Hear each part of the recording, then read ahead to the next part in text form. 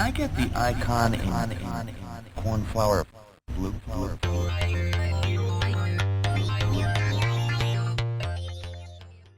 Hey, everybody. Welcome to episode 45 of Can I Get That Software in Blue? I'm your host, Chad Tyndall. Joining me, as always, my co-host, the artisan of AI, the emperor of Elastic, Steve Mazak. He's back, everybody. Good morning, good afternoon, good evening. Thanks for having me, Chad. Thanks for the intro. I'm coming off the high of the Seahawks-Rams game last night. Yeah, were you excited? One for the ages. And as a Seahawks fan my entire life, the Rams have been like a thorn in our side. They always find a way to beat Seattle, and they're amazing this year. And the game came down to overtime, 2-point conversion. Like, holy cow. It was awesome. Like playoff level football.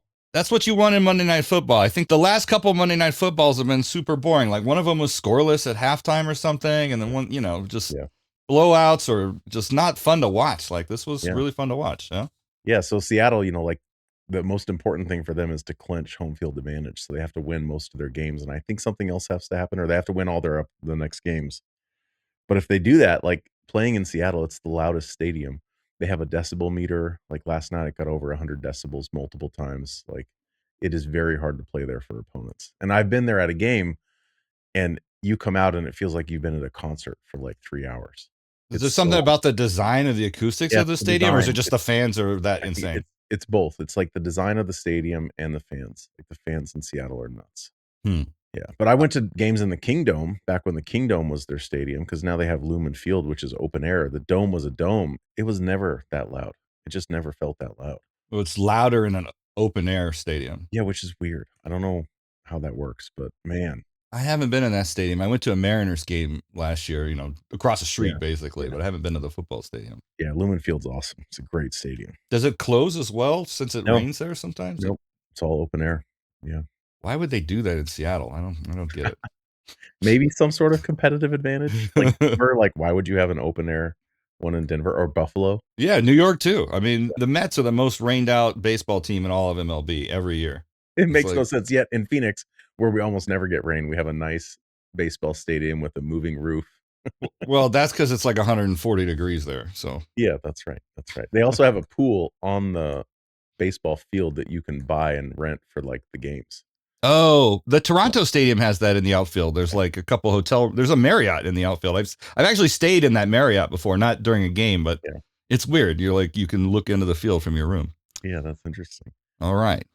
Well, you're talking the language of our guest, so let me intro and bring her in. Joining us today is our special guest. She earned her doctorate of education degree from Columbia University's Teachers College, and now she is the executive director at the Center for Professional Education of Teachers at Columbia University, known as CPET.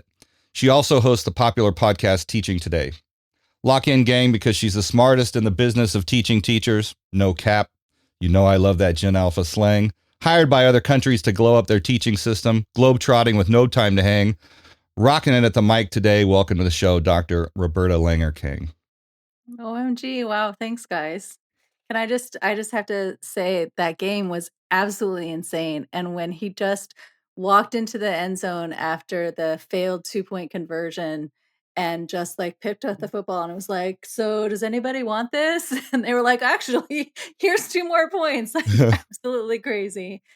Terrible for the Rams, but good for the Seahawks. I was just saying, that's the easiest 2 points made ever in football. The easiest and the hardest at the same time, because I think like nobody knew what was happening in that moment. Yeah, it was insane. And then, the Seahawks were down by 16, and they kept flashing the statistic on the screen that said the Seahawks have not come back to win when they're behind by this much out of 174 games. They have done it 0 times. And I was like, oh, well, now that's 1 in 175. Yeah. There have been a lot of crazy things like that this season. The Broncos making 30 points in the last 5 minutes of a game earlier this season. Just like really fun sport to watch this year. Yeah.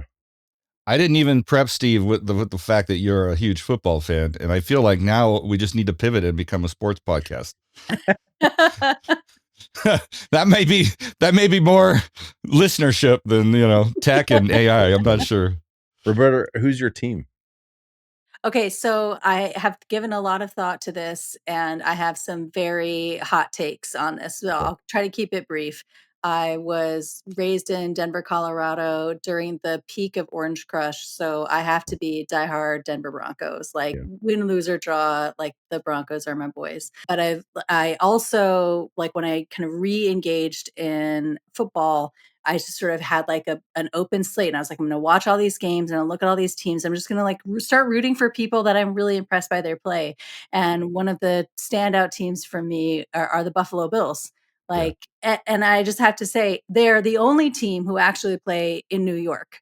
Everybody else who tries to be like claim on New York actually plays in New Jersey. And I just like, I can't respect that. So I'm a go Broncos, go Bills kind of girl. There are lots of other teams that I like. And then there are a handful of teams that I really don't like, and some for good reasons and some for just pure tribal alliances. All right. And Josh Allen's a great guy, and he led a great comeback last weekend too. Yes, he did. Yeah. Josh Allen is like a national treasure, in my opinion. Every time we play Madden, my son, he only plays as the Bills because he wants to play as Josh Allen. That's 100% of the time. He won't play anybody else. I love that. Roberta, who's your most hated team? Okay, I have sort of like equal loathing for the Steelers and for the Patriots because like no to cheating and no to just like that kind of toxic culture I don't have space for. Yeah. You know, I try to give them a chance and then like, but that's a no for me.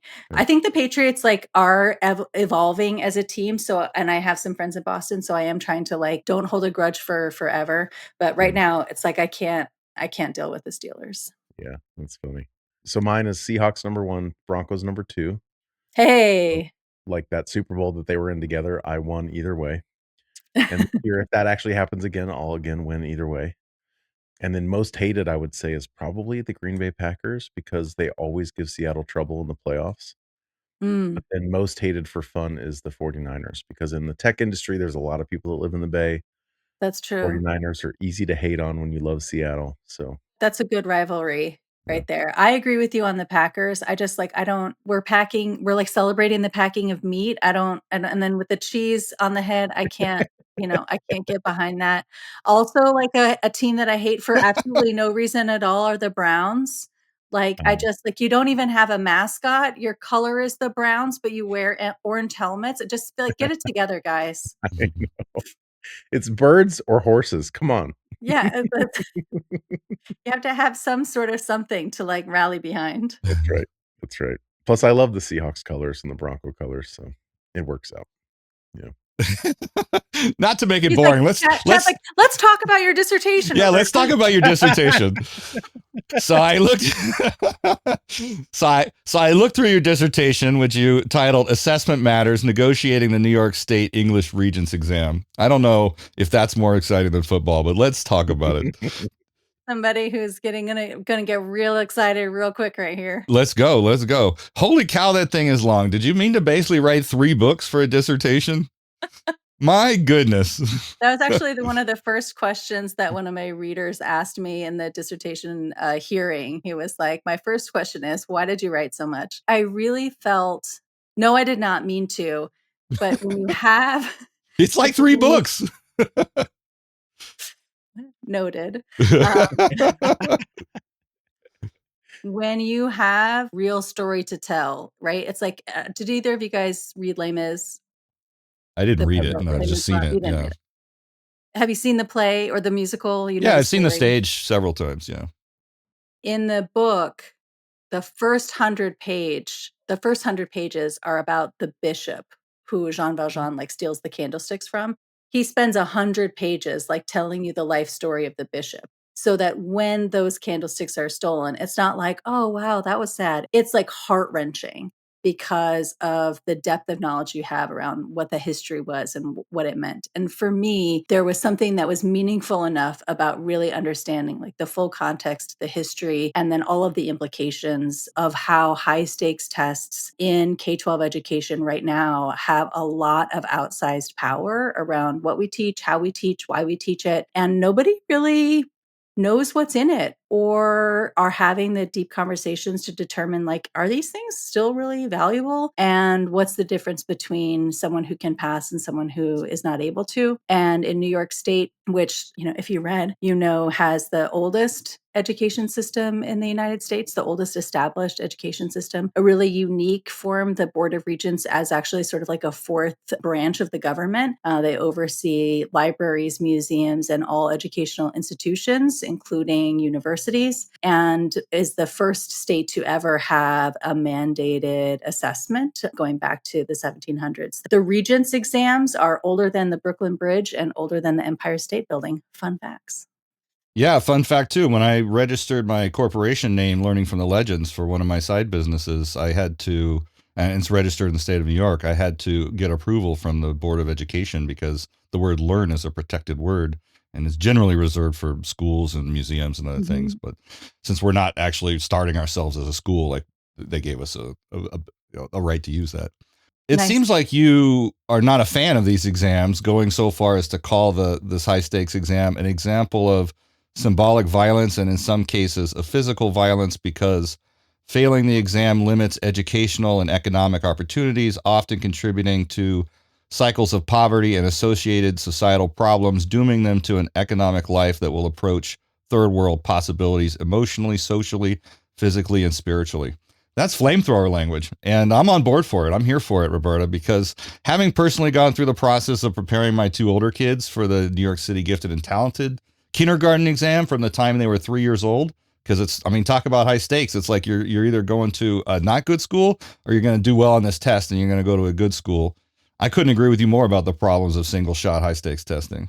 It's a really good example that you gave around the gifted and talented test, because especially in New York City, this is something that is like hotly contested. And they did away with it, I guess, recently, but the exam, like they went away from the pre-K Right. from the pre-K gifted and talented exclusive programming, but we still have schools that require testing for admissions. You still have the specialized high school admissions tests, which function in similar ways, right? In New York State in 1999, there was a requirement for students to pass Regents exams in order to graduate from high school. Prior to that, there was this opportunity like, you can either get a diploma, like a local diploma, which is going to be good if you're just going to like workforce or vocation, or you can get a high school diploma, and then that's going to give you access to college opportunities. And in the 1999, and it's interesting because it was like from a good intent, it was from a good place. Had a good intention, as many things in education often do. The idea was that they had recognized that school systems were really creating two-tiered systems for kids. Some kids, they were saying, hey, you should go to college. And some kids, they were saying like, hey, maybe it's not for you. And so they were programming, or as more familiarly called, like tracking students to go in kind of one direction or another. And that those tracking lines often fell across racial and economic divisions. And so affluent white students went on the college track, and our Black and brown colleagues and children did not because they weren't smart enough or they weren't capable, but because they weren't seen as capable as their white peers. Actually, the majority of them are Asian students in these schools. I mean, I'm talking about in the late 80s, Oh, 90s. okay. So Sorry, back then. Okay. At a different time, but noted in that our whatever value society was placing on who we think of as smart or as capable, that those were creating a two-tiered system. And the chancellor at the time said, this isn't fair, this isn't just. All students deserve to learn, all students deserve a high quality education. My commentary on this is even a plumber should be able to enjoy a poem. Everybody is smart and can show their intelligence over time. And so the idea that he said was, we're going to do away with this two-tiered system and everybody needs to pass. You have to have high expectations for all. And you have to understand this in the context, and this is why it's a long paper, but you have to understand this in the context of sort of like the national trends when it comes to state assessment. This is in the wake of the No Child Left Behind era, where the federal government was mandating that students take an assessment in math and reading from grades 3 through 12 annually, and that states were for the first time being evaluated and and funding was directly connected to their ability to set up these assessment systems and to successfully move their students through them. And this is a largely federally unfunded mandate. So states didn't get like lots of extra stuff to do this. They just had lots of extra responsibilities. And so there's a really big push to go from in the 70s and 80s what we considered to be like fundamental or basic skills. We want kids to graduate from high school with their basic skills, with basic literacy, with basic numeracy, and then go to the workforce. But in the 80s and 90s, we said, actually, these basic skills aren't cutting it. People need to go to college. We need to intellectualize this, a real push towards critical thinking and analysis. And so actually, we're going to raise the bar on what those graduation requirements look like in order to close the gap between graduating from high school and entering college. We govern in abstractions, and we're talking about, I don't know, 100 million kids or something like that. So it's hard to imagine trying to personalize all of it. So standardized tests are just a way to mechanize an assessment of not just the student, but the schools, the teachers, the district at every level. I'm sure the state levels, all of that happens in the next generation. If I can just say, oh yeah, so I mentioned No Child Left Behind under the George W. Bush administration. When the Obama administration came in, he said, we're going to get rid of eventually No Child Left Behind. He says, let's do Race to the Top. And Race to the Top is really No Child Left Behind with like some incentives. It was like, hey, if you adopt the Common Core standards and if you have state testing that meets our expectations, then we're going to fund you. We're going to create all these grant opportunities so that your state can get more funding. And this is a way of like, sort of like, coercive control to say like, you don't have to, but if you want anything from us, you do. We're seeing some of those same things now in much more dramatic ways and much more impactful ways. I'll leave that for another conversation. But what you see though, is this leveling up around what I wrote about. And I talked about like going from, it's called an assessment era, where we are driven by the test, and the tests not only assess student achievement or student performance, but the tests are now used to evaluate teacher performance, to evaluate school performance, are posted publicly what those performance metrics are. And we're using the competition between districts within a state and across state to state to state to say, hey, they're doing this, you're doing that. Like if there was only a competition and somebody could win some sort of prize, certainly people would do better. And my argument has been like, I've never seen an educator go, well, I know exactly what to do, but I'm not going to do it because there's no prize for me to win. Like most educators are there because the prize is seeing kids learn. So when we're not seeing the kind of gains that we want, it's because people need help and collaboration, not because they need more competitive expectations. Some of these things are changing now. I'll just say, like what I was writing, was about 10 years ago. And as education goes through ebbs and cycles, I would just say like the current administration, has made some changes. They're talking about decoupling the Regents exams from graduation, but it is still a state mandate across the United States that kids grades 3 through 12 have to take a state test in ELA, or that's English language arts, or literacy and mathematics annually in order to be a state in good standing.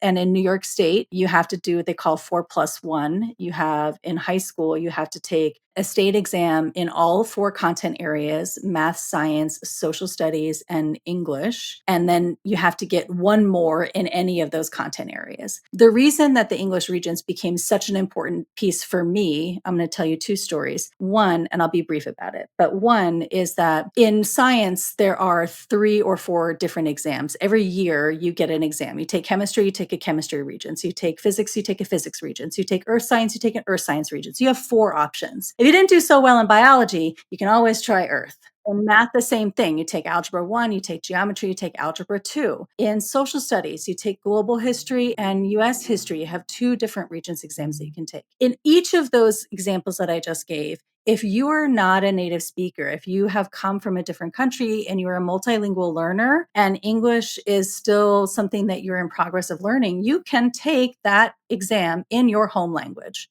So if you speak Arabic, you can take the Regents in history in Arabic. You can take it in French. You can take it in there. I think it's translated into 33 different languages. So most kids can take any of that content Regents, and they can take it in their home language. And they can also, like I said, if they don't do well in one, they can try a different course in that content area and they get a second try. In English language arts, there is one. There is one test. And because it's an English test, you actually have to take it in English, regardless of how much time you have been in the United States and regardless of how much English language you actually have. And therefore, you have to pass the English Regents exam in order to graduate from high school, period. So that's kind of like one fun fact. The reason that this came about to be such a personal area of focus for me was because when I left the classroom, I was in graduate school and starting my work for the first time as an instructional coach. I sat down with the teacher in the South Bronx, and they were struggling to help their students pass the English Regents. And we sat across the table, and with tears in her eyes, she looked at me and she said, I have had these students in my class for the last 4 years. They have taken the exam 9 times. Oh my goodness. I have taught them everything I know, and we still can't figure out how to get them to pass the exam. And these are smart kids. And she was like, I don't know what to do. I don't know where to go. And what we knew was that if they couldn't negotiate this test, they don't graduate from high school. And if you don't graduate from high school, you don't go to college, which means you're relegated to like a certain type of job. And that means you're relegated to a certain type of income. And that so many doors and opportunities that are widely accessible to folks who have a high school diploma are completely closed. And that's where you see cycles of poverty. That's where you see senses of failure. That's where you see people turning to other types of lucrative industries because that are maybe less regulated because they don't see a path forward for them in what we would consider to be mainstream society. And so then it really started making me ask this question, like, what the fuck is so hard? I don't know You if can this is swear on around the this show. podcast. Yeah. You Fucking can, A. We don't worry about that Yeah. shit. So the question that I'm asking is like, well, what the fuck is so hard about this? Why is it so difficult for some kids to pass it? And is it worth it? Like, is this test really measuring what it takes to be a full citizen in the world? Or do we just say that it's measuring it? And who's decided? And how and to what extent are we really like questioning these things? And so like that for me was really like the question and just seeing the impact on it. And Chad, you mentioned it's 3 books. I would say if I were to separate them out, one is a real sense of like, what is the history of sort of like literacy assessment? Like, what does it mean to be a literate person? How has that definition changed over time? And how have policies helped us to sort of understand how this era has changed?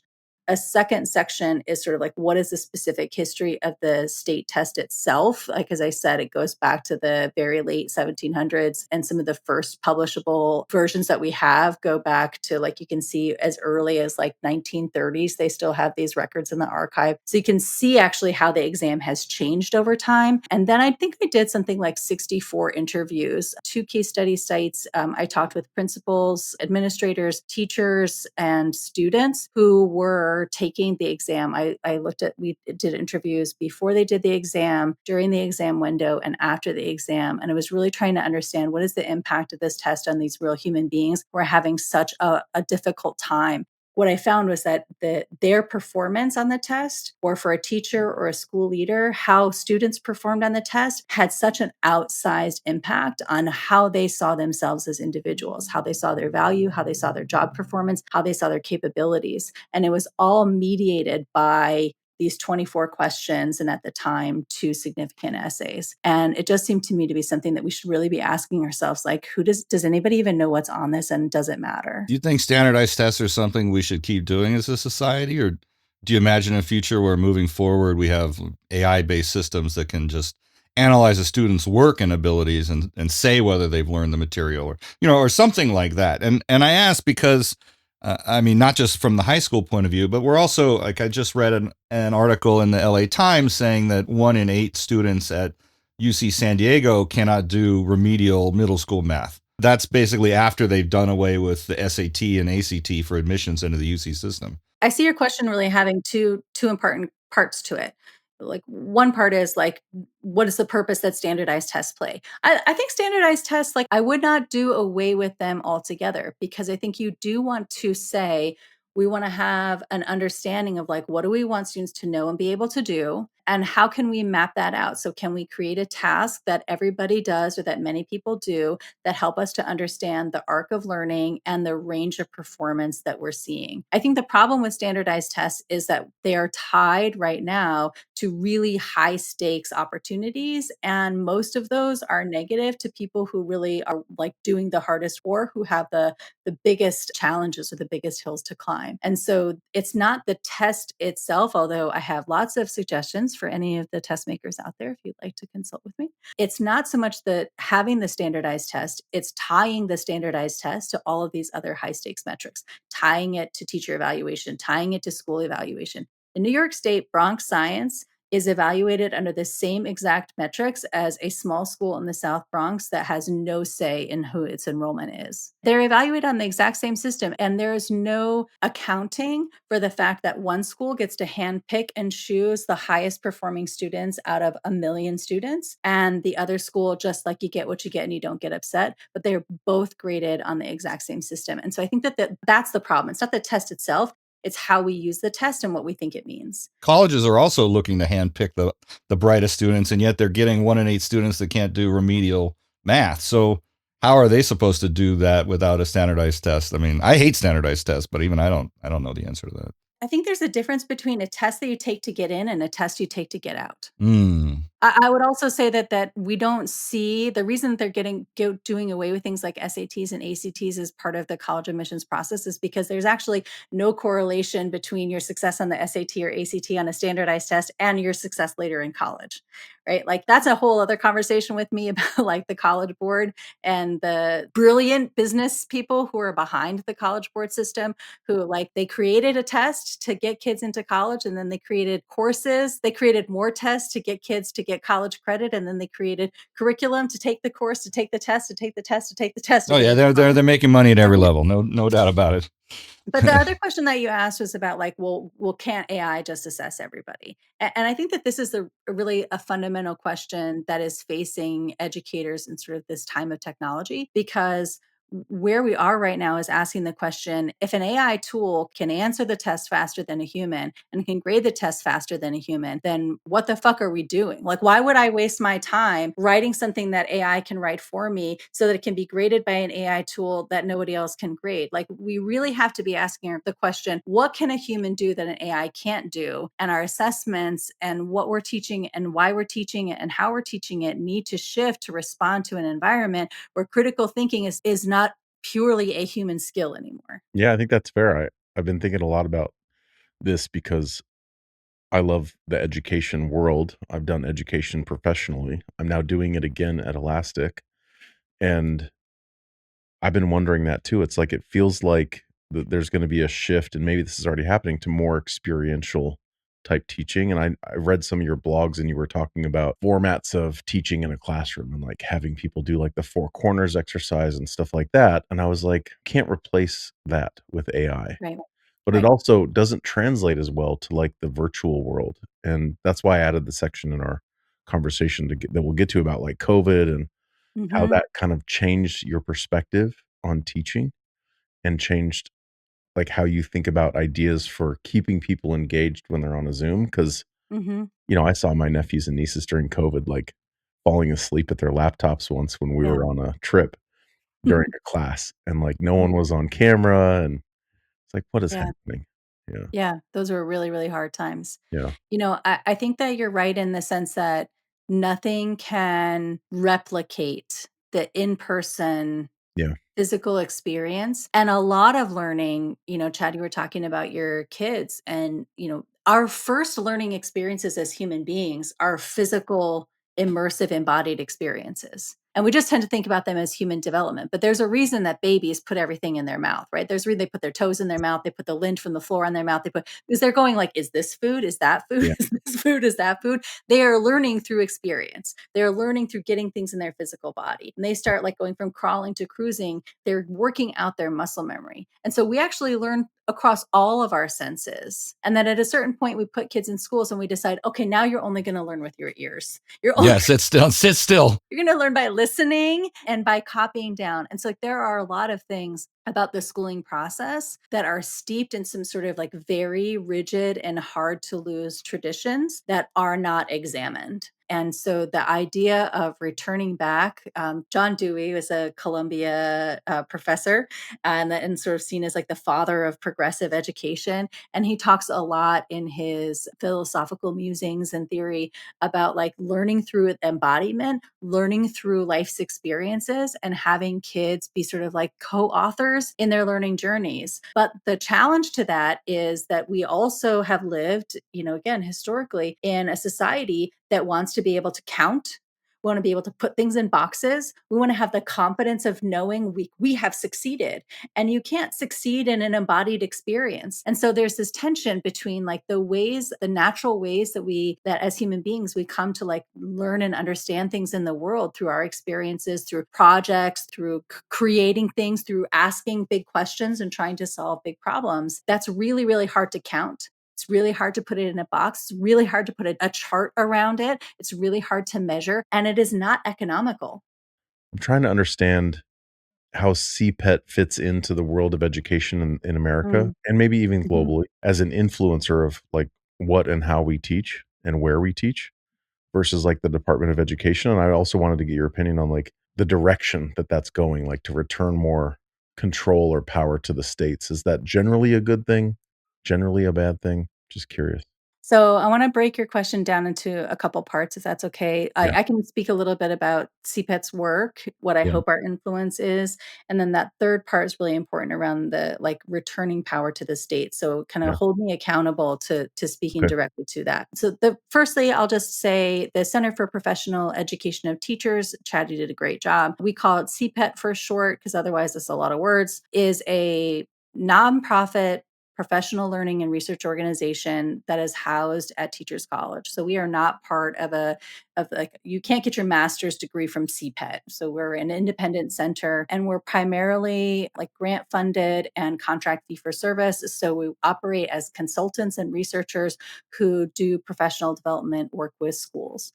We work with K-12 schools and educational partners. That means that sometimes we have the opportunity to work with ed tech partners. That means sometimes we have the opportunity to work with other universities or in service to schools, districts, or central offices. Most of the time, most of our work is what we call job embedded professional development, which means that we have coaches who go out to schools and like sit in classrooms and talk with teachers and watch them work and then meet with them afterwards, engage in critical reflection around their work, co-plan with them, think about like the larger theories of action that are taking place, and all of our work is customized. So where you might have other professional organizations out there and they're like, this is my curriculum, this is my app, this is my, magic bullet that's going to solve all your problems. Unfortunately, we don't have any of those. Your job is to help teachers be better teachers, right? That's what you're fundamentally doing. Fundamentally, it's really what we try to do is just say, like, what is the big question or the big challenge that school is facing? And then to collaborate with the school and bring the resources of Teachers College to help them to problem solve and then help them to implement that solution. So it really is like customized consulting. And it looks like anything from the teacher from a coach sitting in a classroom working one-on-one with a teacher. It could look like whole school professional learning meetings or workshops. We do conferences. We have online courses for teacher education credits. And as you mentioned, we've done that work both in urban areas. We've done that nationally. And then also we've had a lot of really amazing international partners that we've worked with as well. CPET is grounded in 6 core principles. Those core principles kind of guide our approach to all of the work that we do. And they're grounded in adult learning theory and the science of learning, which is like a field that's culminating that kind of brings from different types of fields and truly tries to understand like how do human beings learn and how do kids learn differently than adults. Yeah, I think staying up to date on how students learn, because that's constantly changing, although I'm sure there's tons of research in there, which then leads to like updated pedagogy methods and different ways. So you have to stay up to date on not just how students learn, but how adults learn so that you can train the adults to teach the students better. And there's like a lot of levels of abstraction going on here that you have to keep up with. Yeah. That's right. And because we don't have a cookie cutter approach, when we have some internal long-term priority goals, and one of those is around capacity building and sustainability. And what that means is like we have to really deeply work with our team to make sure that we're really grounded in these approaches and that folks are really well read and current with what our understanding is around how students learn best. And then to your point, how adults learn best so that we can be highly effective. And that kind of brings us to your second question is like, where does CPET sort of fit into the landscape of K-12 education and influence? I don't know so much about influence. Cross my fingers. I hope that we do. We get Quest feedback from all of our projects. Right now, we have a 98.6 meets or exceeds expectations. That's a good CSAT score. Thank you. So as a feedback rating, so we're really proud of that. And we're really committed to making sure that we understand the problem that people are having and that we have a really collaborative approach to helping them to solve that problem. How does that change when you go to a place like China? Where, I mean, talk about high stakes testing. I'm sure it's even more than it is here, plus cultural differences. How does which part change? Just your approach to how you train the Yeah. teachers and all of that. The approach doesn't change that much. What changes is sort of like how we had to learn what other cultures' baselines were. Like there are a lot of really significant cultural differences between lots of different groups around the world. And we had to really learn quickly when we were working, we'd have done projects in Shanghai and in many other cities with some of our partners in China. And one of the biggest things we had to understand was how is education as a field seen differently? And then how did they do school differently? Because that had a really big impact on how our participants, how the educators that we were working with could receive the information that we were sharing with them. And then also how we approach like the learning style, because there are things that, all you need to know if you want to understand what's the difference between, professional learning or understanding in China versus the US is look at how China and the US handled COVID in the sense of how did people respond? Because in China, they said, stay home. People said, okay. In the US, they said stay home. They're like, well, maybe if I if I feel like it, but you can't tell me what to do. And that's really like what you experience as, in our work. It was like when you ask somebody in China to do a workshop, like they're going to follow every single thing we ask them to do to the letter. But it also means that they're going to be very uncomfortable with things like ambiguity. When I say like, oh, you can fill out the graphic organizer or not, it's up to you. And they're like, well, what do you mean? What's the right answer?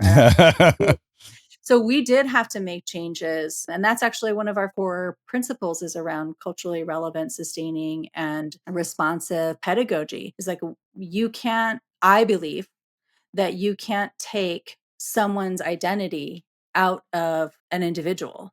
You can't strip an individual of their identity, which means if you want the individual to learn, you have to embrace and affirm the identities that they're bringing to the table. So I can't say, oh, leave your culture at the door when you come into my classroom. Leave your language at the door when you come into my classroom. Leave your faith at the door when you come into my classroom. We're going to learn in a particular way. We're all bringing all of our identities into this space. So as an educator, as whether that's of kids or of adults, I have to know who are the people who are here and what are the different identities that they're bringing, what are the worldviews that they're bringing, and what's the context that they're working in. I talk to a teacher in the US and I think about like, oh, let's talk about group work. It's a very common thing. Oh, let's talk about group work. Everybody hates it. Everybody needs it. In the US, when we talk about group work, we're talking about teachers who are working with groups of like 20 to 26, maybe 30 in New York City. In large classrooms, I think the class ratio was like 36, though they're trying to bring that down. In China, they have 75 kids in a class. So you're talking about group work is a very different scale when you're talking about almost 100 people. Talking about 75 12-year-olds in a class where, kids are sitting in rows and tables. When you talk about like even like how to travel from one class to another, the difference between traveling with 20 kids and traveling with almost 100, these are really, really different dynamics. So we have to be paying attention to who are you and what's your foundational knowledge. And then I always say kind of like a rotary phone. We're old enough, right? Yeah. Yep. Right. Okay. So when it comes to That's why we hate people with 9s and 0s in their phone number. when it comes to this work, I have to always imagine if I think like, oh, I'm 0, I have to always think, where is the other person that I'm trying to connect to? Are they at 7? Are they at 9? I have to go to them first and bring them whatever that pathway looks like, bring them to be open to consider my point of view. And then I have to let them go. And then I can come back to them again. Okay, where are you now? I'm going to bring you, consider this. And then I have to let them go. And Yeah. that's actually one of the differences between working with kids and working with adults, because adults already think they know. And Yeah. so you have to be a lot more like patient and responsive to where they're at and what they're ready for. And it's about learning with, not learning to, or learning on or over. Was that an argument for just saying that everybody should have an individualized education plan? Like we really need to understand where the individual is and teach them at their level the way they want to be taught to. And So yes and no, in the sense that yes, everyone needs a plan that as an individual makes sense to them, but no, in that there are actually pretty consistent patterns and trends, how people generally learn, or like a sequence of learning. And so that's why actually strategic grouping, or trying to understand different profiles of learners, is really helpful, because if it's helpful for Chad, it's probably also helpful for Steve and a couple of the other people who learn like they do. And so it's not so much that you need 36 plans for 36 kids, but you probably need 3 or 4. That's going to capture 32 of your 36 kids. And then you might need some more specific or individualized support for the 2 or 3 that may be considered outliers. I got to take us to AI because we got. Yeah. Chad, I actually have maybe this is a good way to do it. Roberta, have you seen that show Black Mirror on Netflix? Yeah. Okay. Yeah. So I was thinking there's like 2 Black Mirror episodes we could talk about, one with the good outcome and one with the bad outcome. I want to understand what you think if you had to look forward and just make some guesses about where AI could lead us as a society. Like, what does the good Black Mirror episode look like, where we actually leverage AI to increase the velocity at which we learn, our capacity to learn, we're able to scale the good better, things like that, versus what's the possible bad outcome look like, where, you could imagine a lot of possibilities where like people get more disconnected. There's Yeah. less one-on-one time because we're trying too much to like scale with AI. You know what I mean? Yeah. Yeah. Yeah. Where are Yeah. you kind of at on that spectrum of good versus bad in education? I want to stay away from sort of good and bad, because I feel like that ends up being a very rigid binary, right? Like do this, don't do that. I think this is really expansive. We forget AI is a tool like a lot of other tools that we had. Clippy, the Microsoft paperclip, was a tool. A lot of people decided not to use it. Yeah, when the internet first came out, I remember people saying, "Oh, Right? stores are going away." Like, I still Right, go to the right, store. right. Yeah. And so there's a certain where we are in the mainstreaming of AI is we're in this still kind of like shock and awe stage. We're still on the dial up, like right. We're like, what is this? And trying to figure out what it is and what it will be. I am interested to see sort of just naturally, like, how does it like lessen a little bit? Where's the AI bubble, with the .com bubble and the AI bubble, and then we find a more neutral space where we see like, oh, it's helpful here, it's less helpful here. But I want to entertain the question of like more positive outcomes, and then like concerning possibilities. So like a really positive, like one of the ways that we're talking about it is like, when is the use of AI coming as an intention around being additive, and when is it coming out of a deficit?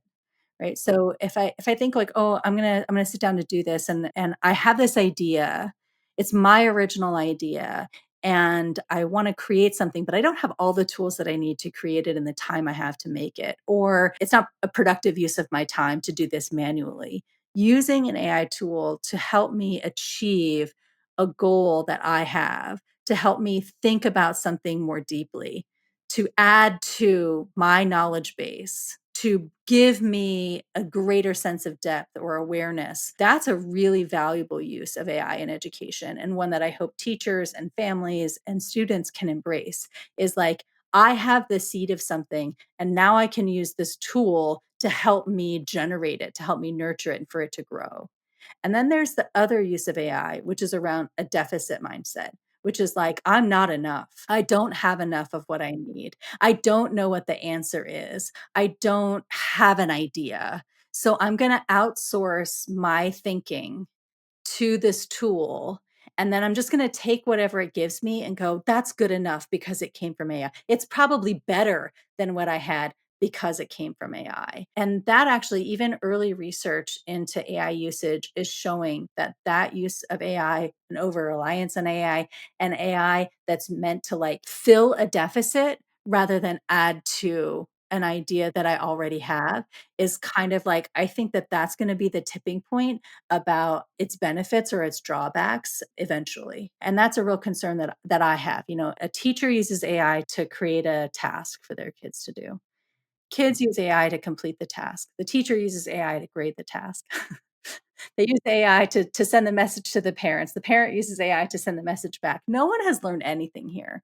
And it brings me back to the question. I think that with the implication of AI in education, we have to ask ourselves, like, if the computer can complete the task, then what is the human part? What should humans be doing if AI can do it? Yes, you talked about Black Mirror. I think about Wally. You see Oh yeah, the Disney cartoon WALL-E, yeah, right? You know, that's, I think, like, the long-term picture if we really focus on that deficit model where, like, we just, you know, eat synthetic food and drive around in our synthetic little, lounge chairs, and we do nothing with our time, and then we lose all sense of our history, of our knowledge base, of our tools, and so then I just keep trying to figure out, like, where is our humanity? How do we hold on to that? And continue to see our tools as ways to help us be more human rather than less. yeah. Well, what does that mean to be more human? And let me just to set the context here, because we were talking about earlier this Atlantic article titled "The AI Takeover of Education is Just Getting Started." I mean, we could talk about the ideal goods and bads, I guess, but people are using this now, right? This article says that a third of K-12 teachers say they used AI at least weekly last school year. Yep. Some probably for some good things, some bad things. It's okay. They quoted a 6th grade math and science teacher, said it saves her 5 to 10 hours every week by helping her create assignments and designing problems that are relevant to the student's interests, like rewriting boring algebra problems to be about Taylor Swift ticket sales, or Mhm. things that the teacher might not even know would be interesting to a 6th grader. AI Yeah. will know that, and it can help make the problems more interesting to them in a way that they actually want to engage with it Yeah. versus something about widgets or something that's not, they just don't care about. And then that's just with using probably ChatGPT or Claude or something. But then there's this other app called Magic School AI, which 2.5 million teachers use to generate worksheets and report card comments. And school districts are adopting it, other ones are banning it, so it's very chaotic out Mhm. there. And people are going to use it whether it's allowed or not. So, like, the reality of it, what's the reality of it? Yes, people are using it. There right now, I feel like there are 2 camps. They're sort of like, I'm using it all the time and I'm trying to use it in as many ways as possible. And then there's another camp that's like, oh my gosh, Skynet is here to kill us. They're going to blow up the sun. I'm never touching it. It's terrible. I think some of the biggest issues with this sort of like broad stream usage without any kind of like parameters or real AI, like fluency and literacy, there are a couple really big important things. One of them is PII, or personally identifiable information. So a teacher's like, oh, customize this lesson for Chad Tyndall. This was his grade on his last IEP. This was his grade on da da da da da. And unknowingly, people will put very personal and private information into an AI tool. And if that tool is not vetted, then that tool can like use that information to publish somewhere else. It can Yeah, mine that information for sure. all sorts of things. And that kind of black box, we don't know if somebody is not gatekeeping the integrity of the businesses who are creating these tools. We see lots of tools that are being used for nefarious purposes. And educators need to know that when they're using tools, that their district has a process for sort of saying, like, these ones are okay because they're safe and trusted and accountable. And these ones are, you should not use because they're going to take advantage of information they shouldn't have access to. And that gets into really important stuff like FERPA is like the privacy laws for in education. So it's important that most teachers, like, that's outside of their realm for the most part. So we need a lot more attention around, like, what are some of the safety features? What are some of the things that district officials who are procuring these tools should be looking at and monitoring for, and how they should be negotiating with the legal teams of these businesses in order to make sure that when they do enter an agreement, it's an agreement that's safe, that's fair, and that protects students and their families. The other thing is that, like, many of these tools are sort of like, you guys know this better than I do, but my understanding is like they're built on like models that are built on models that are built on other people's models and borrowed from different kinds of things. And like they just go like, hey, internet, what's a lesson? Hey, internet. And this kind of goes back to my point about like additive or deficit. Like, the concept of like there needs to be a human expert in the AI loop that is able to say, I validate this information. This information is a hallucination. Because if you're not knowledgeable, you're going to take things that look good and are wrong. And you're in a position as an educator to be the person who's supposed to be presenting accurate information to your kids. And so when I, as an educator, am going to an AI tool because I don't know how to do something, and I just go, well, this lesson plan looks good, I'll just try that, then it's more likely to cause harm than it is not. And so I think what's really important is that we start really vetting tools. Like Magic Schoolhouse is very popular, but it is sort of the Swiss Army knife of like, hey, I got watches, I got Gucci, come in the back, I got this, I got that. There are a lot of better tools out there that are much safer and much more specific and much more like creating things in more closed systems that are going to be much more customizable and safer for kids, families, and teachers to use. I think that's for the learning outcomes, in terms of using AI to just learn our reading, writing, arithmetic better, whatever, all of that. But use of generalized AI is going to be a critical skill in the job market too. So how do you advise schools to use that as a way to teach kids the skills they're going to need in the job market? Well, and it's an equity issue too, right? Because if your school, when I talked about this, we did a project with New York City a couple of years ago, and we talked about this a lot. If your school says, "Hey, AI is great. Let's get on the bandwagon of the tech AI revolution. Woohoo! Everybody uses it, and we're going to practice. And our kids are going to leave knowing prompt engineering. They're going to know how to code and make their own apps, and da da da da da." Their kids are going to be much more successful negotiating college and the workforce in terms of like being able to utilize these tools. Schools that say like, oh, AI is dangerous, we shouldn't be using it, get out your paper and your pencil and let's write our essays by hand, those kids are going to be at a disadvantage because if for nothing else, they're a couple of years behind in just like learning and appreciation.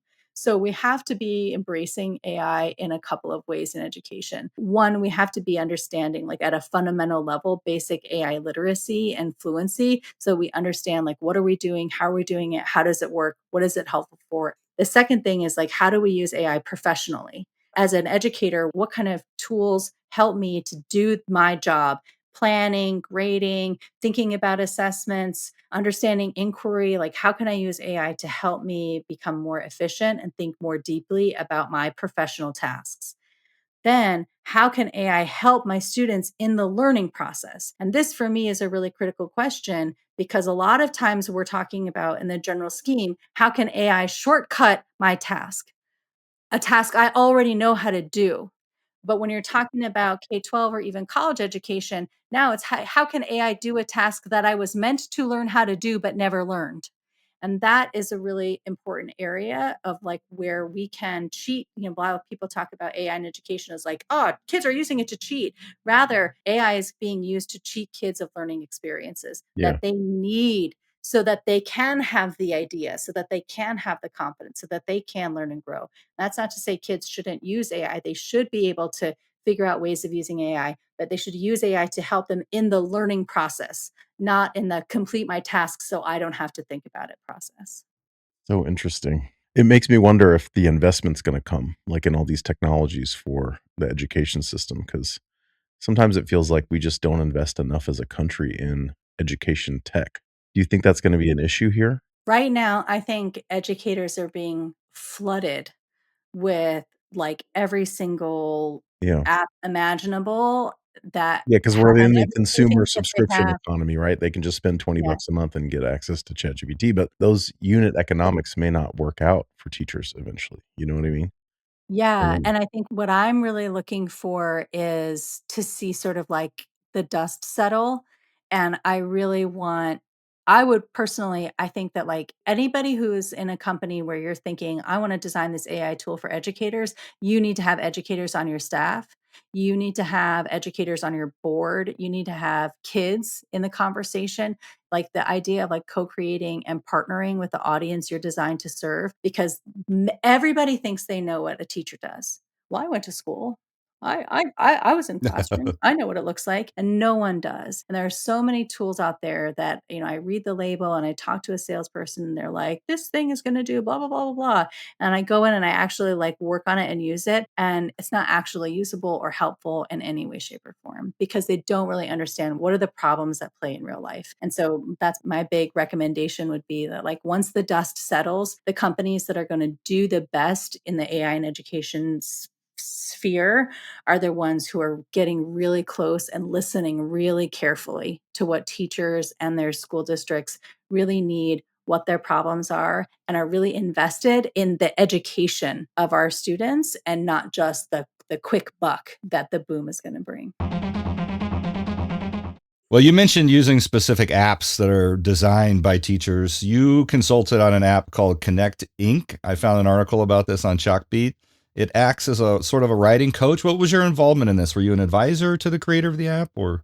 Yeah, the creator of the app had worked with us for many years on a program that we have called the Student Press Initiative, which is a program that partners with teachers to design and implement a unit where students end up writing actually a published piece of their own work, and they become published authors. And we typically will do the book as a print publication, and middle school or high school students can be considered to be published authors. And we find that this process is one of the most effective processes for really developing deep writing skills in students in a short period of time. And so our partner, Rahul Patel, really worked with us on several of these projects in a couple of different contexts, including with students in temporary housing here in New York City. And he found this process of working with kids through this writing process to be really powerful in how it helped students to become more connected with themselves within their community, to gain confidence, social emotional skills,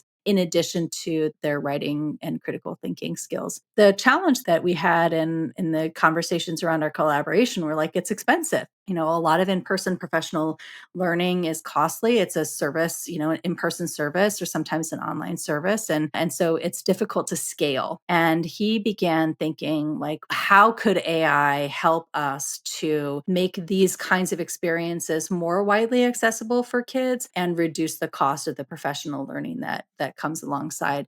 And so he came to us with this idea of, like, how about if we create an app? And that's how Connecting was sort of born in theory. We got together with some members of my team who were deeply rooted in the pedagogy that SPI uses. And then our team worked directly with the developer to begin understanding, like, based on these principles of practice, how could a tool emerge that could replicate those in this AI platform? And what does the app do? So the app essentially serves as a writing coach for students who are working on a piece of writing. The first version is really focused on kind of like writing a personal narrative or kind of writing your story or journal, though it could be used for other kinds of things. We developed the app to work in the different kinds of phases that you would go through in the writing process. So like there's a brainstorming phase, and in the brainstorming phase, the app will prompt you with like different kinds of questions to just kind of get your brain moving and working. It'll ask you some random questions or ask you to like visualize something or to think about something. And you could do that as often as you can until you say, like, okay, I'm ready to begin drafting. And then when you are ready to begin drafting, then the app will prompt you with like just some sentence, like some prompts to get you started in telling your story. And then as you go through that drafting process, you can start to ask it questions when you get stuck. So unlike like ChatGPT or some other, like Grammarly, for example, where you say, like, write a story about somebody who goes to the beach. Connecting won't ever do that. One of the things we said was that the tool should never write on behalf of the student, but it should only act to serve as a support. So some of the ways that we provide support, that the app can support the writing process, is by providing mentor texts. So what we might say is like, oh, this section here could benefit from some description. And a kid could say, can I see an example of that? And then what we did was we Yeah. ingested different segments of really strong mentor texts or examples of really good examples of what description looks like. So the kids can read those examples and see what they have in common, and then utilize some of the principles from those examples in their own writing. And then it might ask, they might get to a place that says like, oh, I'm feeling stuck. And then they can kind of press a button that says get unstuck. And then that will give them feedback they've written, or it might give them some questions that they can explore. Or like I said, prompt them to look at some mentor texts. Can they say, my teacher's given me this assignment. I got to write this thing about Romeo and Juliet. I'm not sure even how to get started. Like, can it work in a totally arbitrary way like that as well? Yeah, I mean, I think that it does do some work around like how might you get started. That's kind of like that unstuck thing is it's going to give you some prompts or some suggestions around like, oh, here are how other people get started, or here are some questions that you can answer to help you get started. And in fact, getting started is one of the hardest things for students in the writing Sure. process. I see it And with so, my kids. yes, They just sit there and stare at it for 30 minutes. yes. And so that's definitely a feature of the app is like, here's how we can get you started. What it's not going to do is write your first sentence. It's not going to tell you, oh, do this, this, and this. It's like the whole purpose is to like keep bringing the questions back to the writer so that they are answering and speaking for themselves, but that they're doing it in a place that's not alone and that they don't have to wait 2-3 days a week for their teacher to read it and give them the feedback. So it's about shortening that feedback loop. When you write in school, you turn in your paper, your teacher waits till the weekend, they read your paper, they write some notes on it, they give it back. And in the world of word processing, they submit it on Google Docs, the teacher looks at it, writes some comments on it. But there's still this like gap between when I'm doing the writing and I'm kind of in the flow mindset and when I get the feedback. And that gap is like lost opportunity, right? If I'm in the moment now, if I'm in the zone now, but I have to wait a week to get feedback, it's not as helpful. And so all of the feedback that connecting provides is like on the behest of the student. When the student is in the writing process and they say, I want feedback on this, it's going to give it to them immediately. But it was really important to us. The teacher can also give feedback, FYI, using connecting. So a teacher or a parent could also go in and say, oh, I'm looking at this and I'm giving feedback. And we're going to distinguish between the feedback that the tool is giving you as the AI feedback and your teacher feedback. But what we did was we had our team actually like give lots and lots and lots of examples of like, oh, if this is the sentence, this is the question I would ask, or this is the kind of feedback I would give, or this is the positive. These are the ways that we would acknowledge what's happening in the writing that's working well. And then they did a lot of training and giving the tool so the thumbs up, thumbs down, like this is helpful, this is not. So that as the tool being developed, it got better and better at giving appropriate feedback at the right time and space. Here's what it won't do. On your first draft, it's not going to tell you if you spelled any words wrong. One of the biggest challenges that kids have when they go, actually anybody, but when we sit down to write is sort of like, have I done this right? And did I spell this word right? And sometimes we're so preoccupied with, did I do it right? That I can't even think, what am I trying to say?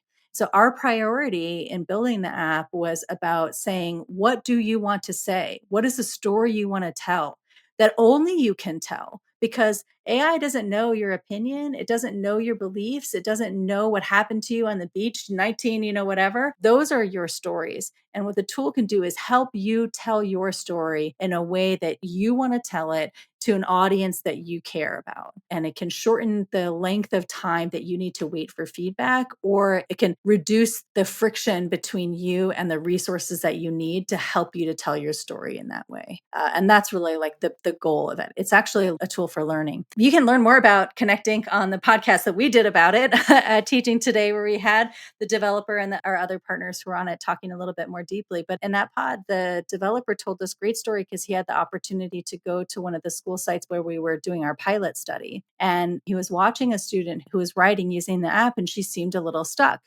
And she was just kind of waiting and thinking and waiting and thinking. And he went up to her and he said, would it be helpful if you were like, stop typing for like 6 seconds or 15 seconds or 30 seconds?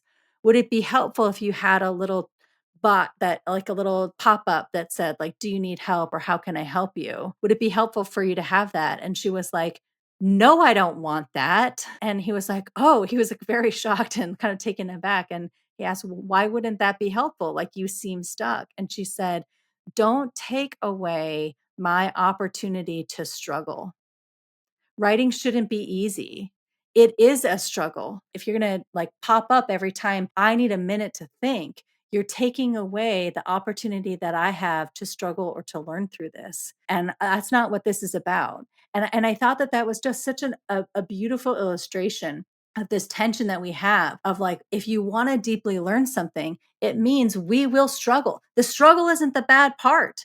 The bad part is getting stuck in a way that I can't get out of the struggle or not having the skills to persevere through the struggle. But the struggle itself is actually like that is the learning opportunity. That is the gold mine, because you come out the other end so much more of a deeper learner, and somebody who really understands what it is that they've said. They've had the time to process through what they're saying and why it matters. Our goal to eliminate struggle or hardship or pain in all of its forms is really a goal to like stop being human.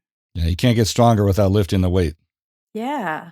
Yeah, that's right. So yeah, it's exciting to see the work that Connecting is doing. You know, we had a grant last year to design the tool and to pilot it. And we're currently looking for additional funding to see how we can expand the pilot and get some more data and get it into the hands of more kids and families. But I think it's a pretty exciting opportunity and a really good example of AI that's designed for learning rather than AI that's designed for sort of like shortcutting to get to an end product. Yeah, I think that's an important distinction. And I mean, there's a lot of money in the learning education technology space. So hopefully you guys get the funding that you're looking for. Yes.